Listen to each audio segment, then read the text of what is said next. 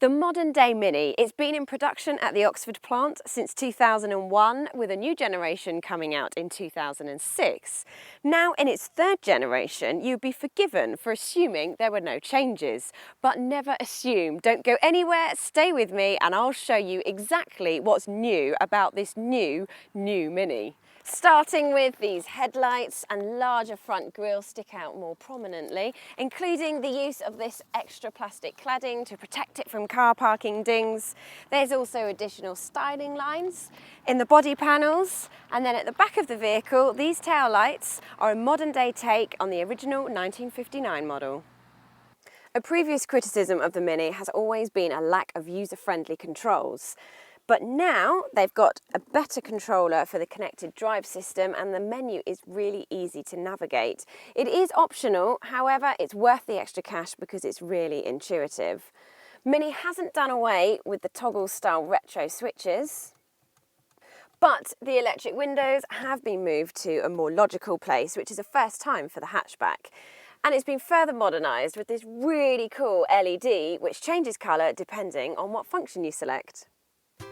Further changes include the plectrum style starter button, which has been moved from beside the steering wheel to the centre console, while the central speedo is replaced by a conventional one and rev counter mounted ahead of the steering wheel. Although storage has never been brilliant in a Mini, I've managed to find somewhere to put my phone, large bottle of water, 2 cup holders, central stowage and bananas in the door bin.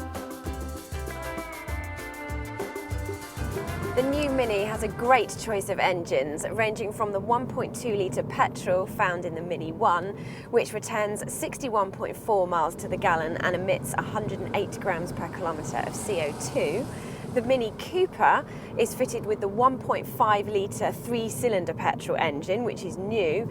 That returns better fuel economy and has more power, with figures of 62.7 miles to the gallon and 105 grams per kilometre of CO2. Even the Mini Cooper S, which is the range-topping model, manages almost 50 to the gallon and does not have bank-breaking road tax like the original Mini Cooper S did in 2001. The real economy stars, though, are the diesels, which return over 80 miles to the gallon and are free to tax. The manual is the cleanest and it links into each gear nicely, although the automatic does have a clever coasting function. All models are fitted with stop-start technology. This car is bigger and safer than ever before, with improved crash protection and some clever tech, including options such as rear view camera, heads-up display and a pop-up bonnet in case you are unfortunate enough to hit a pedestrian. Plus, plenty of airbags as standard to keep you safe in the event of an accident. There is also an all-new suspension setup that makes this Mini just as fun to drive as the original. The sport mode even likens the handling to that of a go-kart. Look, maximum go-kart feel. There's very little roll in the corners and this Mini is without a doubt one of the most fun hatchbacks currently on the market. The seats are supportive and the driving position lends itself to this enhanced driving experience. Although I will say it will be a little bit too firm for some, making long journeys a bit of a drag. And that brings me on to a few complaints that I have about the new Mini. The brilliant handling, well, it'll be a little bit too grown up for the playful drivers that like the movement of the previous generation.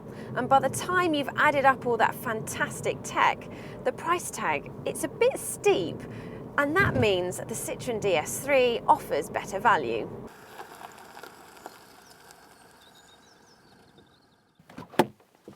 And despite the larger dimensions and more room for passengers,